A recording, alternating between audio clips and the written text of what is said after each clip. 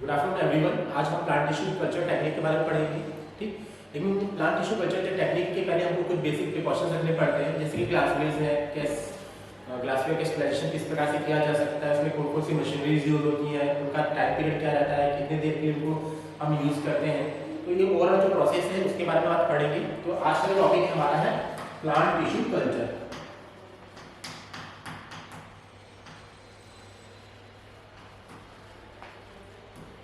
ठीक है, plant tissue culture. अब सबसे पहले जो प्लांट टिश्यू कल्चर की जो प्रोसेस की शुरुआत होती है वो ग्लासवेयर से शुरू होती है। कि ग्लासवेयर, जब हम ग्लासवेयर का मतलब है जैसे हम पेट्री डिश है, कोनिकल फ्लास्क हो गए, बीकर्स हो गए, हम इसका इस्तेमाल करते हैं।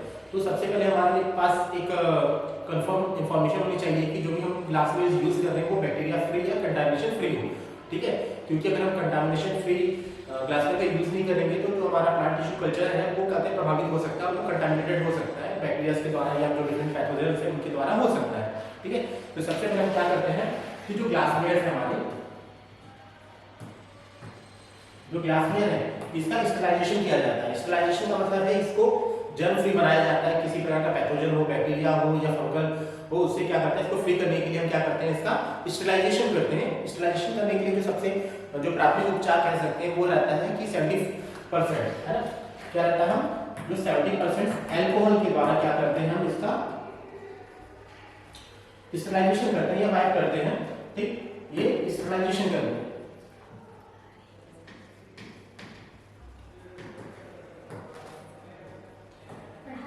स्टेरिलाइजेशन करते हैं 70% अल्कोहल के द्वारा।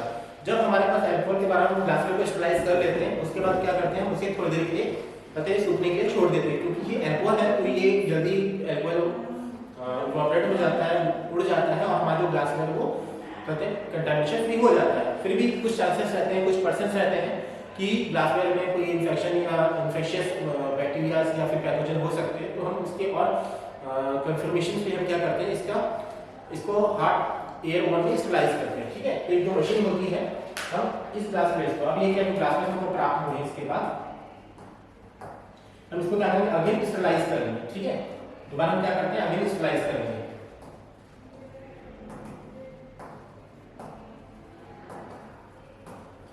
ठीक है, अब स्टेरिलाइज कर रहे हैं। अब इसमें क्या करेंगे, स्टेरिलाइज करने के लिए हम क्या करेंगे, इसका प्रयोग करेंगे हॉट एयर ओवन का यूज करेंगे। ठीक है,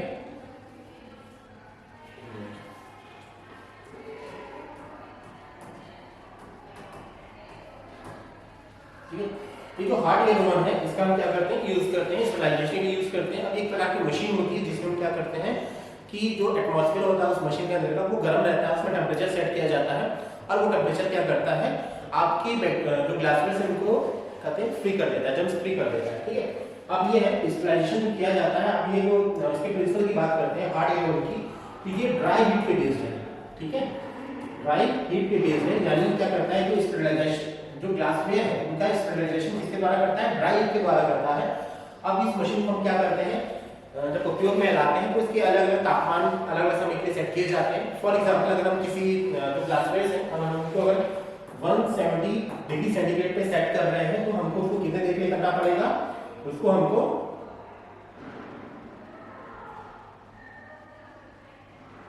है ना, उसको हमको 2 आवर्स के लिए इसको सेट करना पड़ेगा। ठीक है, उसी प्रकार से 2 आवर्स के सेट करेंगे। अगर मान लीजिए हम